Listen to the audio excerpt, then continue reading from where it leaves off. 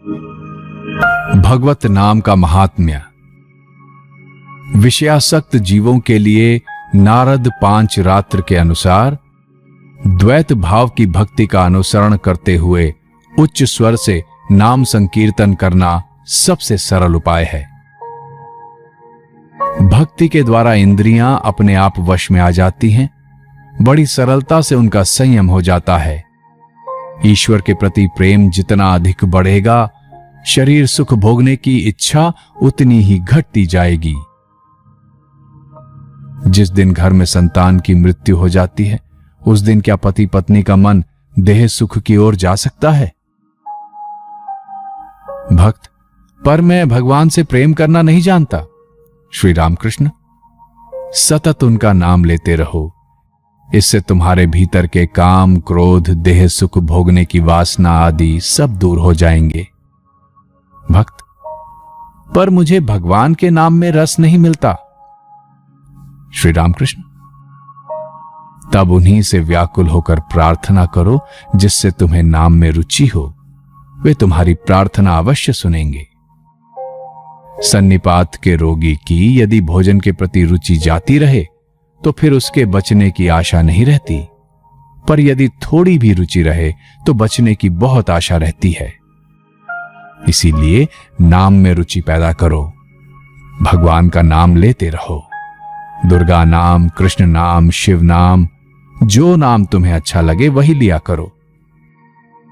यदि नाम लेते हुए दिनों दिन नाम के प्रति अनुराग बढ़ता जाए, उसमें अधिकाधिक आनंद मिले, तो फिर तुम्हें कोई भय नहीं। तुम्हारा सन्निपात का विकार जरूर कट जाएगा, उनकी कृपा जरूर होगी। नाम क्या कम है, नाम और नामी अभिन्न है। सत्यभामा ने तुला पर एक ओर श्री कृष्ण को चढ़ाकर दूसरी ओर स्वर्ण, मणिमाणिक्य आदि रखते हुए उन्हें तौलना चाहा, पर उसका सारा प्रयत्न असफल हुआ। परंतु जब रुक्मिणी ने दूसरे पल्ले में तुलसी पत्र और कृष्ण नाम लिखकर धर दिया, तब दोनों पल्लों का भार समान हो गया। यदि तुम ईश्वर के दर्शन करना चाहो तो हरि नाम पर दृढ़ विश्वास रखो और सदसत विवेक करो। श्री चैतन्य देव ने कहा है, ईश्वर के नाम की बड़ी भारी महिमा है। तुरंत फल ना मिलने पर भी एक ना एक दिन उसका फल अवश्य ही मिलेगा।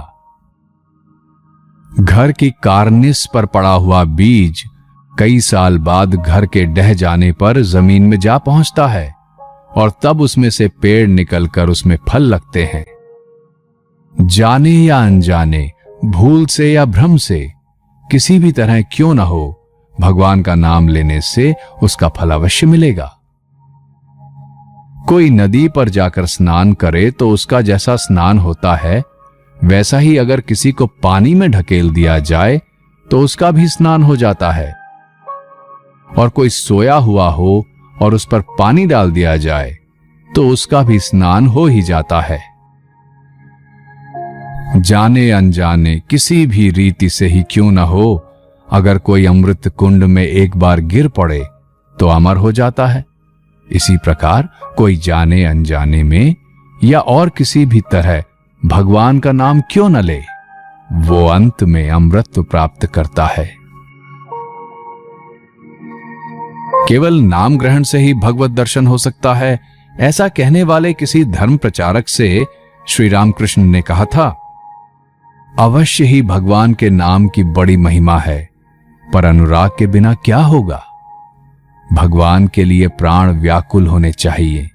अगर मैं मुंह से तो नाम लेता रहूं पर मन में कामनी कांचन में ही लिप्त रहूं तो उससे क्या लाभ होगा।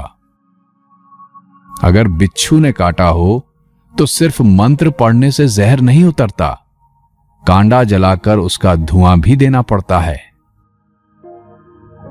नाम लेकर जीव शुद्ध अवश्य होता है, पर फिर दूसरे ही क्षण वो तरह तरह के पापों में लिप्त हो जाता है। उसके मन में इतना बल नहीं कि फिर पाप नहीं करूंगा ऐसी प्रतिज्ञा करे। गंगा स्नान से सब पाप कट जाते हैं सही, पर उससे क्या फायदा। ऐसा कहते हैं कि वे पाप तट के पेड़ों पर चढ़ जाते हैं। जब मनुष्य गंगा नहाकर लौटता है तो वो पुराने पाप पेड़ पर से कूदकर फिर उसके सिर पर सवार हो जाते हैं। वो 2-4 कदम भी चल नहीं पाया होगा कि इससे पहले ही वे पुराने पाप उसे घेर लेते हैं। इसीलिए नाम भी लिया करो और साथ ही प्रार्थना भी करो कि ईश्वर पर अनुराग हो और धन, मान, देह सुख आदि अनित्य आसार वस्तुओं के प्रति आसक्ति घट जाए। जैसे रुई के पहाड़ में एक छोटी सी चिंगारी पड़ जाने पर वो देखते ही देखते जलकर खाक हो जाता है, वैसे ही भक्ति के साथ भगवान का नाम गान करने पर पर्वत समान पाप भी नष्ट हो जाता है। विषयी लोगों की पूजा, जप, तप सब कुछ सामयिक होता है, टिकता नहीं। जो ईश्वर के सिवा और कुछ नहीं जानते, वे सांस सांस में उनका नाम लेते रहते हैं।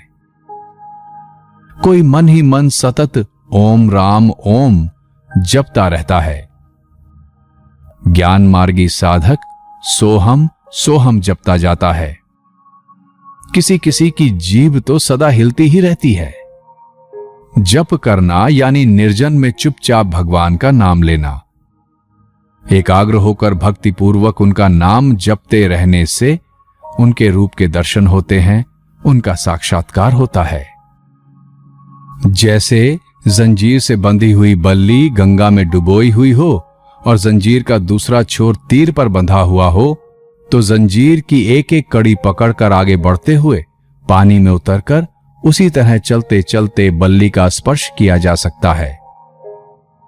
ठीक वैसे ही जप करते करते मग्न हो जाने पर धीरे धीरे भगवान का साक्षात्कार होता है। सुबह शाम ताली बजाते हुए हरि नाम गाया करो। ऐसा करने से तुम्हारे सब पाप ताप दूर हो जाएंगे। जैसे पेड़ के नीचे खड़े होकर ताली बजाने से पेड़ पर के सभी पंछी उड़ जाते हैं, वैसे ही ताली बजाते हुए हरि नाम लेने से देह रूपी वृक्ष पर से सब अविद्या रूपी चिड़ियां उड़ जाती हैं।